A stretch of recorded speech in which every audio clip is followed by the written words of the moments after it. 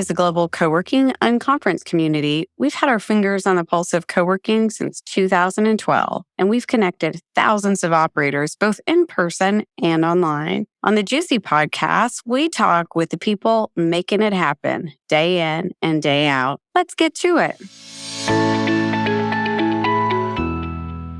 Hey, everybody. Welcome back to the Juicy podcast, where we explore the bold, brilliant, and sometimes bizarre future of work and co-working. I'm your host, Liz Elam, and today we're talking about behind the velvet rope, literally. I'm joined by Juda Srour, the visionary founder of J Suites. We're talking about everything from building hospitality-first environments for professionals to navigating growth in a post-pandemic world, and the fun part where Juicy might be hosted next year. Whether you're a space operator, future founder, or just co-curious, you're going to want to hear what we've got to say today. Okay, Juda, welcome to the Juicy podcast. Thank you for having me, and happy Friday. Yeah, I love a Friday. It's like my favorite day of the week because there's the anticipation of the weekend. Definitely. Okay, so I'm going to get started with my new question. I used to say, how are you? And I do want to know how you are. But before we find out how you are,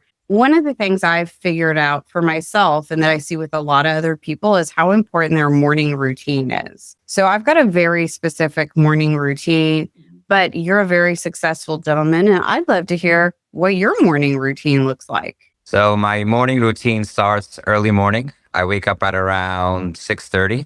I then go to synagogue, which I pray every single day. And I would say I'm at my desk at around 8:45. Tuesday and Thursdays, I go to the gym, which I never used to do. I started this around 2 years ago. As I'm getting older, I need to lift some weight and lose some pounds. And I would say that I'm in the office from 9 to 6 or 9 to 7, depending on the day, depending if there's any construction going on. I normally like to go to the construction sites after hours when no one's there so I can see exactly what's going on. Because if I'm there, everyone will bombard me and then you really can't see what's going on. So I normally go after hours to all the construction sites. I love the smell of a construction site. It just smells like new business to me. Some people like it. Some people hate it. I personally hate it. Really? That's funny. The dust that's there and the paints. And sometimes if you're doing steel work, each thing has a different smell. I definitely don't like it. That is funny. And good for you for starting your health journey. I started a little over 2 years ago with super consistent weightlifting, and now I love it. I'm like an addict. I can't get enough of it. It's so great to feel strong. Definitely. You do any juices? I don't. So the juices are pretty good. I normally have a green juice, probably an hour and a half before my workout. I also have a shot. There's a shot in Juice Generation called the Defender. It's pretty nasty, but I have it with the orange. And I have it in one shot. It's pretty good. That sounds very healthy. I love that. Talk about like doing the whole thing. It's not just the weightlifting, it's also what you eat, and you've got your spiritual program. So that's amazing. So it sounds like you have an awesome morning routine. Okay, how are you as a human? Thank God, everything is great. We had last night a bat mitzvah for my niece on one of our rooftops. So we had around 100 girls screaming and having fun until midnight. Love it. So J Suites, how many locations do you guys have now? So we started in 2009. Back then, you had to explain to someone what a co-working space was. Oh, I know. I started in 10. So today, everyone knows what it is. I think the entire world, there's probably a co-working company in every country. I started with my brother, Jack, who's my older brother and my partner. And thank God we grew organically. We added around 1 or 2 locations every year. Right now, we have 12 locations of J Suites. In 2018, we got into the meeting room and event space business, which we now have 6 locations. We opened one 2 months ago in a building that we bought, which is a 150,000 square foot building right across the street from the Amazon headquarters.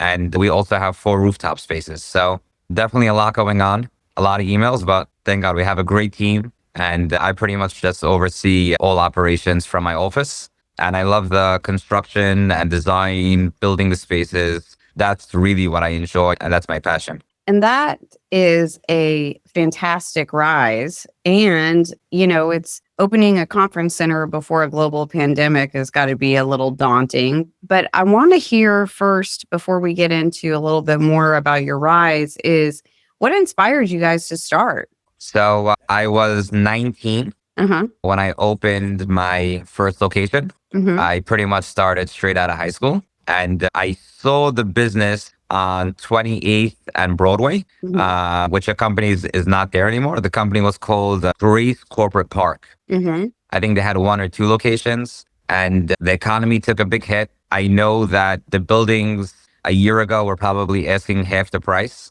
And I said, this is probably a good opportunity to sign a long-term deal. Mm-hmm. And we pretty much rolled the dice. We didn't know what was happening. I would say from '09 up until 2020, the business pretty much grew year to year. And I didn't know what a downturn was until COVID hit.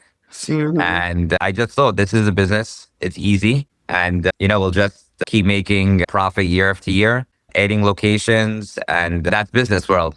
I didn't know that COVID would really shake the world, Yeah. where people wouldn't be coming into Manhattan. I mean, I remember standing in Times Square with one of my brokers looking at office space, and we probably saw 15 people. And I told him that, take a picture of this because this will never happen again.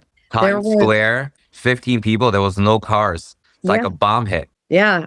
One night in Austin, I called a bunch of friends and we were like, I'm going to go walk around downtown because nobody's there and no one wanted to go. So I went by myself and just walked around Austin, and I saw one other human the entire 2 hours that I walked around. It was like being on a movie set by yourself. It was straight up bizarre. It's definitely, I think it was pretty scary. I never stayed home. I was always coming in.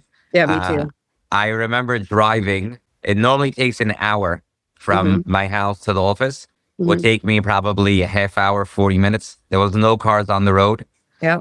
So and how there did was you guys just no one survive around. that? How did you survive that time from a business standpoint? Did you just So, stay open? so we were open. We reached out to all of our landlords. We explained to them the situation. They already knew. Some of them were understanding. Some of them were pretty tough. Mm-hmm. But thank God we closed one location, which the lease was up.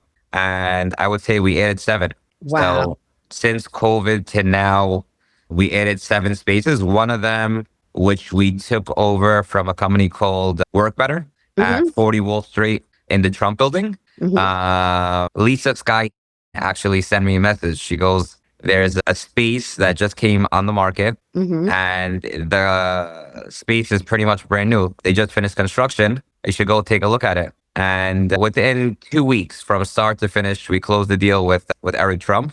And at the time, I believe his election just ended. But thank God, the building that we're in over there, 40 Wall, is one of our best. It's a Class A building. And that's the only location we have that we didn't build from scratch. Mm. But normally we demo full buildings, full Mm-hmm. spaces. We start from scratch. We do everything from the sprinkler to the HVAC to the millwork to the actual construction, the tiles. We normally do everything in-house. Very few things we sub, from like the fire alarm, the HVAC.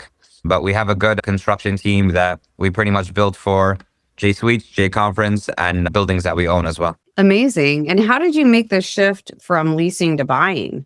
Because there's a lot of people who Um, make that shift. so, I mean, the goal for us from the beginning was always to try and own the real estate. Mm-hmm. Um, It's such a heavy lift in Manhattan. it's definitely a heavy lift, but we always wanted to buy a building and put our space pretty much inside of it, where we pretty much operate the building. So as soon as you walk in to the main doors, you'll see our sign outside the building. We put some artwork in the lobby. We put some scents, kind of get that hospitality feel. Mm-hmm. And we run everything from the doorman to the cleaning to the security to pretty much the full maintenance, the supers of the building that we run as well. So besides the co-working, besides the conference, we have dentists, lawyers, Mm-hmm. PR companies renting space from us as well. You guys are super unique. Not a lot of people do end to end, and you're doing complete end to end and then property management on top of that. That's really interesting. To me, it's all the same thing. Really? Tell me more. You build out a space, or the space is ready, you invoice them, you collect rent. They all complain about the same issues.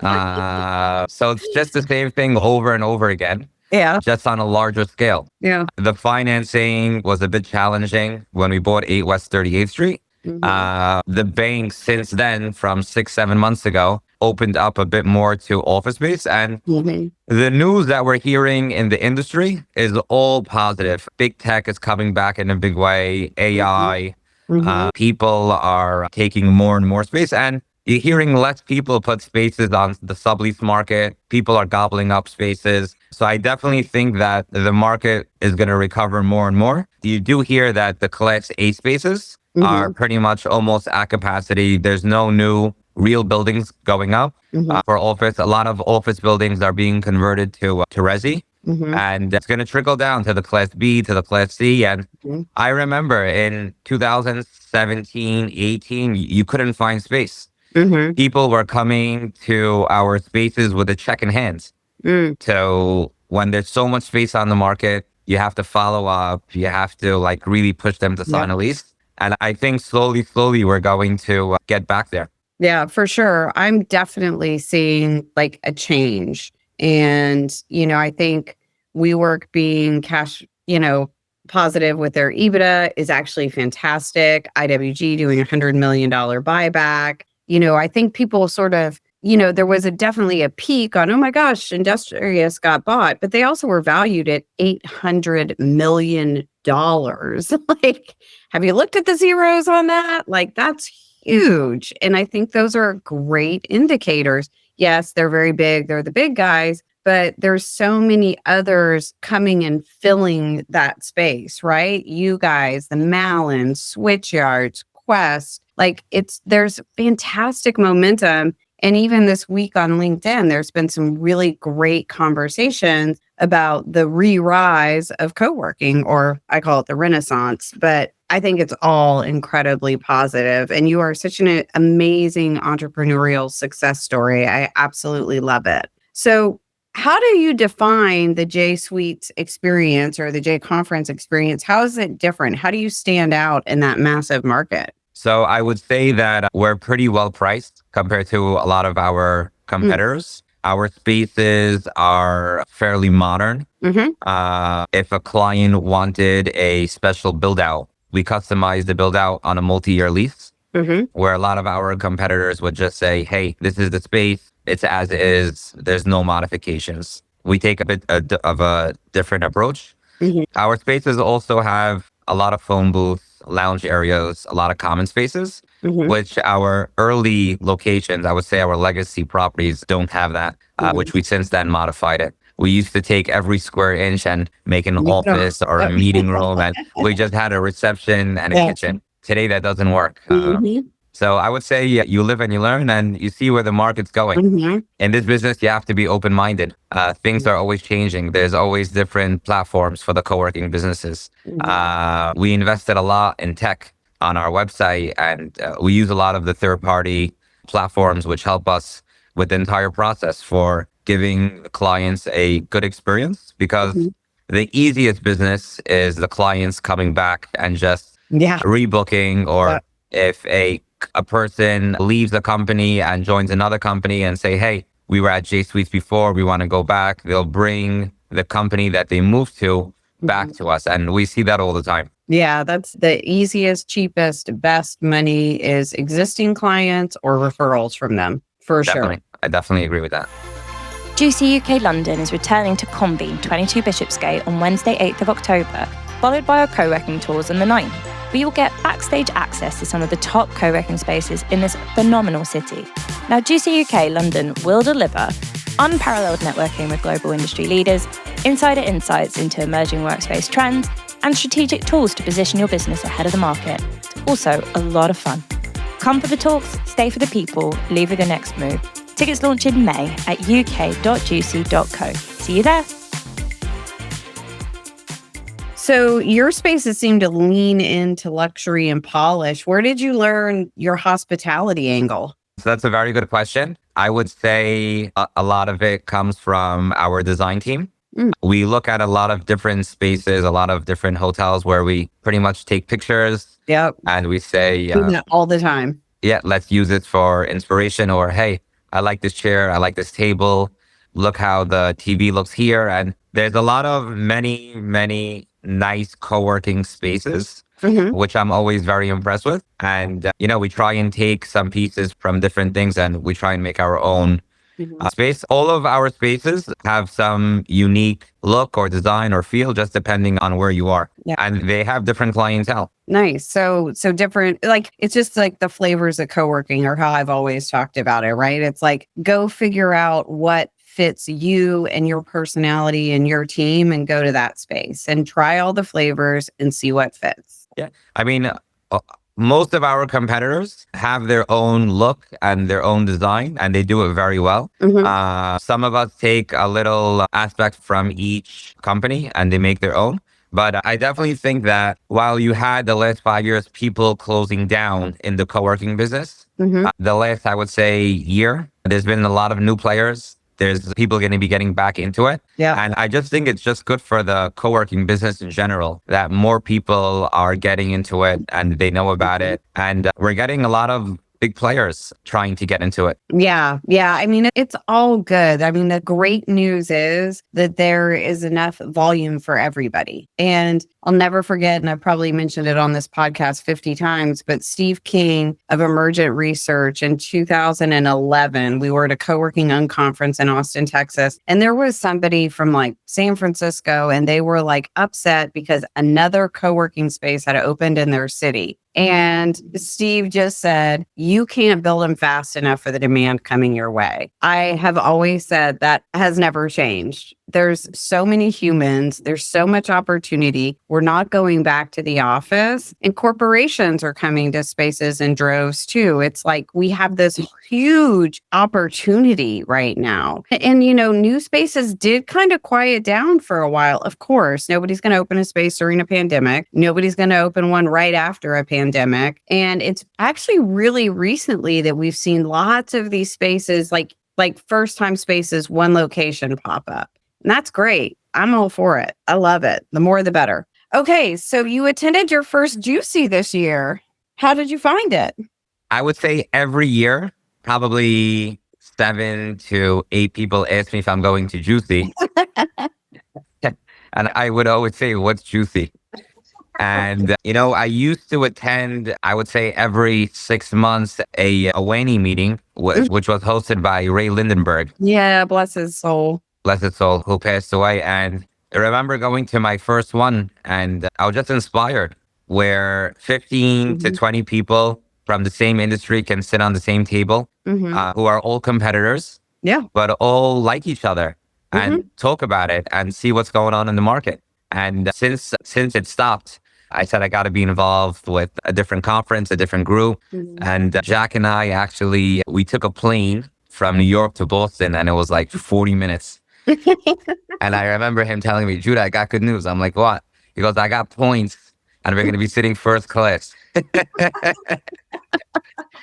By the time we went up, we landed. Yeah. But it was a great experience. I met many people who I've been speaking to for all these years and never put a face on them. And I just knew their voice. And I really enjoyed it. You guys had great speakers. It was very well done. And you guys catered to everyone. You got us kosher food. All the partners were amazing. And I remember asking someone, where'd you come from? She's like, I came from Africa. Yeah. And she took the plane for 20 hours, 22 hours. That gives me so much pressure. The people who come from Australia and Africa, I'm just like, oh my gosh, like I have to make this unbelievable. I definitely think you did. Thank you. And I was really inspired in meeting everyone and just the speakers talking about design and how to make things better. And we love the opportunity, hopefully, to host one of these Juicy events. Well, you know what? That's why part of the reason we're on this call today is you guys, Judah at Juicy was like, Liz, do you know we have a conference center? And I'm like, no. And then, of course, he's like, you should host I actually Juicy. called you principal, Liz, because you Yes, remind me of this my is true. principal. Tell everybody why. You walked around like the boss, snapping fingers. And yeah, you really remind me of my principal, Mrs. Siegfried. I love it. I'll take it. I'll take it. I get the queen. I get somebody called me a guru the other day, which I absolutely laughed at. But yeah, I like the principle. I like to keep everything in line and people moving and things happening. But we are so excited to be bringing Juicy back to New York City. We did a little research. This is our 5th time in New York. We're excited to be back, and it will be our 50th Juicy. So it's this amazing. We're going to have to really celebrate on one of these rooftops. When was the first event that you had? The first event was 2012 in Austin, Texas. Wow, that's great. So you've been doing around 2 a year. Yeah, there's years we did 5. We licensed Juicy in the past in Australia, in Canada, in the UK. We've licensed it in Taiwan, China, Brazil. Right now, we're just doing the US and we've licensed in the UK, but we currently are speaking with 2 different areas of the world to bring Juicy to them. So we're really excited about expanding Juicy again. You know, post-pandemic, pandemic was super hard for us because we couldn't host an event, right? So everything went online. So we've been building back since then, and we're really excited to be in New York where, you know, the vibrancy of the city, the ease of getting people to the event. Everybody wants to go to New York. Everybody, whenever you're out of the country, the city everybody wants to go to first is New York. And there's a reason for that. You know, it's just such an incredible, vibrant, alive. Like you can feel the energy in the streets. And I love that. And I think it's perfect because it's going to match the energy of where coworking is going. Yeah. I think New York is a pretty unique city. Mm-hmm. And I definitely think that people coming in from all over the globe can tour the spaces and get a feel of the energy. Most of the Juicy conferences were based in what city? I know you said you had 5 in New York. Yeah, so we move it every year. And the reason we do that, because it makes it much harder on us. When was the last time it was in New York? Oh, gosh, it was probably, I want to say it was 2017 or 2018. Oh, so it's been a while. Yeah, it's been a while. No, I take it back. It was 2021. We came back in 2021 and it was a smaller Juicy. We held it at Convene. And yeah, that was the last time. Shout out to Ryan. Shout out to Ryan. And we're super excited to be at your Bryant Park location. I love that area. I love that we can take a break and go get with nature. And, you know, just thank you so much for giving us the opportunity to come back to New York, Judah. We so appreciate you. No, it's our pleasure. And J Conference, Bryant Park, it's a 40,000 square foot conference center. Mm-hmm. Our largest room there can hold 400 people. Well, we help then.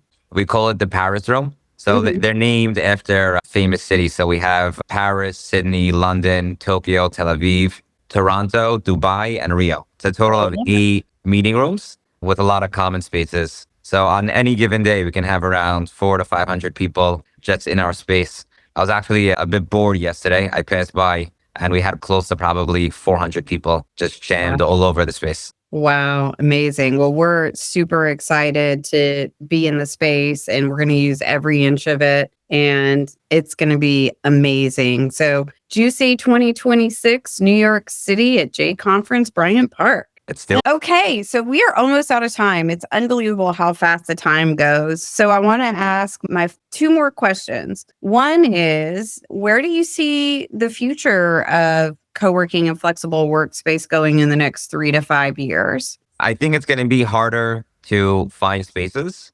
I think that it's going to be back to pre-COVID, where back then the tenant would request whatever they wanted and the landlord would pretty much just agree, go in the space, fill it up. I think occupancy is going to be much tighter, but I definitely do think that more people will be using the spaces. I don't think we'll be back to 5 days a week, I do see that Monday and Friday is always a bit quieter than Tuesday, Wednesday, Thursday. I mean, we see our meeting room schedule and Monday and Friday is always the quietest, but there's the people that work 7 days a week. There's people that work 5 days a week. There's people that work 1 day a week. There's people that don't work. There's all different types of people.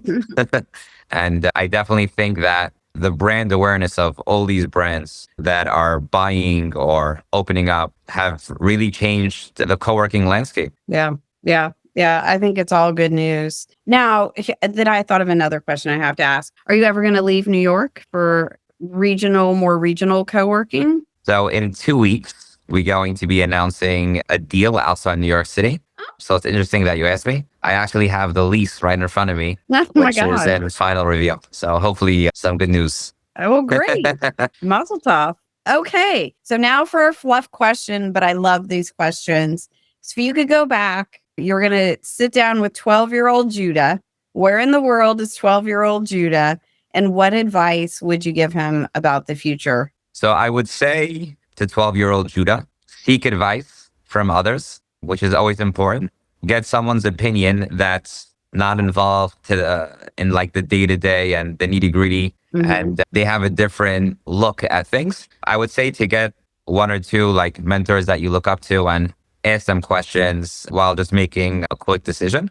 So that's definitely good advice I would give 12-year-old Judah. I love that. That's really great advice. Very good advice. My mentors are so important to me. And I actually just posted something yesterday on Instagram about how important it is to have some people in your life that are just basically you feel are out of your league, right? That are just killing it, that you admire so much because it helps you get better. And, one of the things I really noticed in our conversation, Judah, was how much you said, thank God. And it's really nice to hear and a testament to having gratitude, which is a really big key to people who are happy and successful, which it appears you are both. Thank you. At the end of the day, it's, someone could be the smartest guy in the room. Someone could be the luckiest guy in the room. You try your best, you do your best. You do as much research as possible and you roll the dice and you pray. That's all someone can do. Yeah, love it. And I can't wait to see who you're going to mentor. And thank you again for the opportunity to bring Juicy to New York. We are beyond excited to be back for a fifth time in New York. We're going to welcome you, Liz, Principal Liz, with the red carpet. We're going to have security. We're going to have helicopters. We're going to take care of you. We're going to have your own paparazzi. I love it. I love it. All right, everybody. Well, the good news is we are opportunists. So we have launched ticketing and a website today on June 24th. So go get your tickets while the early bird is out. Thank you, Liz. Thank you. Thank you for tuning into the Juicy Podcast. If you enjoyed today's episode, don't forget to like and follow us for more juicy content. You can stay connected with us on social media by following us at Juicy Global. We're looking forward to having you join us next time for more insightful discussions. Until then, keep exploring the co-working world with the Juicy Podcast. Ciao.